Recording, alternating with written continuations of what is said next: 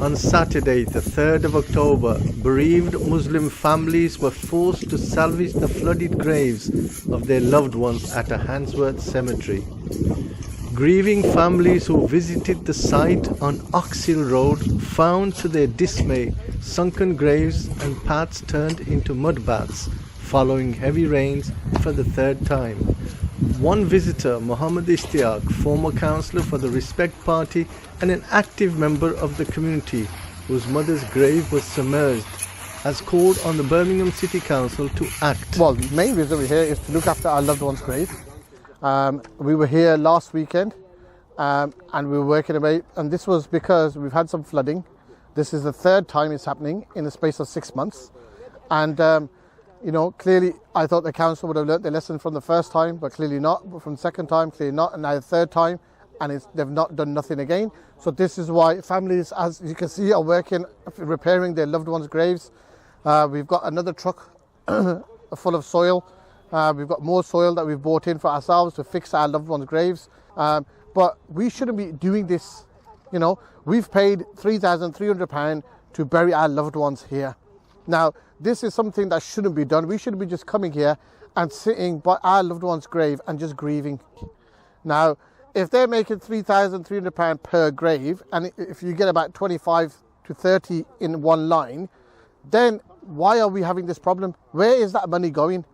What part of that money is being invested back into this graveyard? Yeah? How long have these drains been blocked? What contracts have they got in place for someone to come out, unblock these drains? How, you know, we want to see all these, you know, there's so many questions that now we've sent to the council. There's been about 4 emails gone to the council. So far, we've not had a response. Now, last weekend, we've had brothers actually come out here and they were using basically their bare hands to clear out the drains. Everything we're saying, we've got facts. Basically, we're showing evidence by videos. We've got footage as well of everything. So we're not saying something. We're actually saying that this actually happened at Handsworth Cemetery. Well, basically, what we want to achieve from here now is making sure they've got some proper contracts in place where drains are getting cleared. Yeah, because that is the least we're asking for, is our loved ones' graves to be protected. You know, that is a bare minimum. We're not even asking for too much. And all we're asking for is the ground to be maintained. Yeah, the upkeep of it. Now, if you go to Solihull, you go and look at their graveyard, seriously, it looks absolutely beautiful. And, you know, you can't, you know, for some reason, they've been using the excuse COVID. You know, you can't blame COVID for everything. I'm sorry. You know, when it comes to burials, we're burying people here. And we're giving you guys the money. When I say you guys, meaning the council. So where is that money going? So that's what we're trying to get to. And we want to make sure that there's some sort of plan. Now, when I say plan, they're not running a corner shop, they're running a council. Birmingham City Council is the largest council in Europe. So we want to see what their plans were in the last 5 years up until today, and what's their next 5-year plans up until say 2027. What plans have they got in place for this actual cemetery?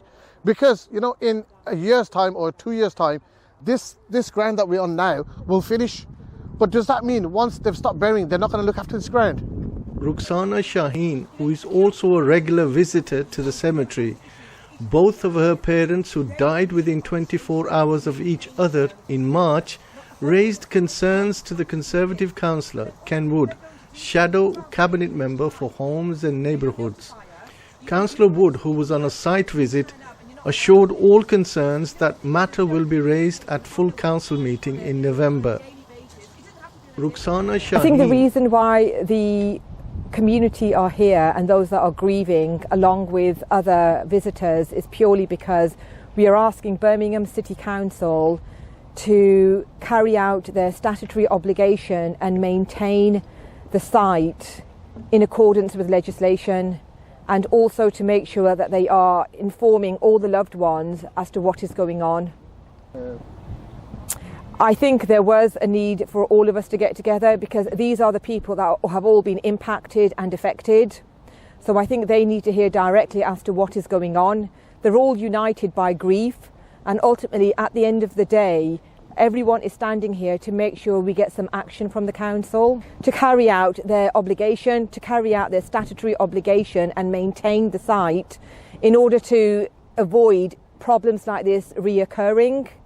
Their role is to make sure there is risk matrix in place They can assess the concerns around the site and ensure there's relevant, correct mitigation in place to avoid this from happening again. Everyone is grieving that attends the cemetery.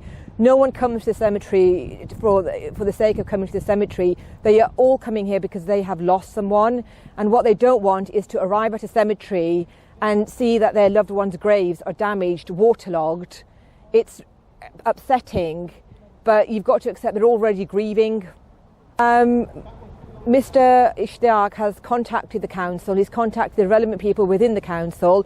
I have also written a letter requesting additional information in terms of the Freedom of Information Act to actually understand what they have been doing the last 3 years, what their obligations are, what they should be maintaining, and just to get a clearer picture of expenses and how much time is invested looking after and safeguarding the cemetery. Ghulam Tulidia, Birmingham Burial Service. We've got BMBC has been involved with a lot of work during the cemetery. We work with the stakeholders and the authorities, and because of so many families contacting us, I felt that it was just here to support the families and also to give them support that we are, the authorities are going to do something about this, and we are with the authorities and we are helping the authorities to rectify the issues, and hopefully in the very near future things will be done here, and inshallah we won't have this again, inshallah. The very thought of grieving families being forced to dig trenches to stop the graves of their loved ones from being destroyed by flood raises concerns on accountability and what systems and procedures are put in place to build community confidence. An online petition calling on Birmingham City Council to protect the graves of our loved ones is gaining momentum and has reached over 8,000 signatures so far.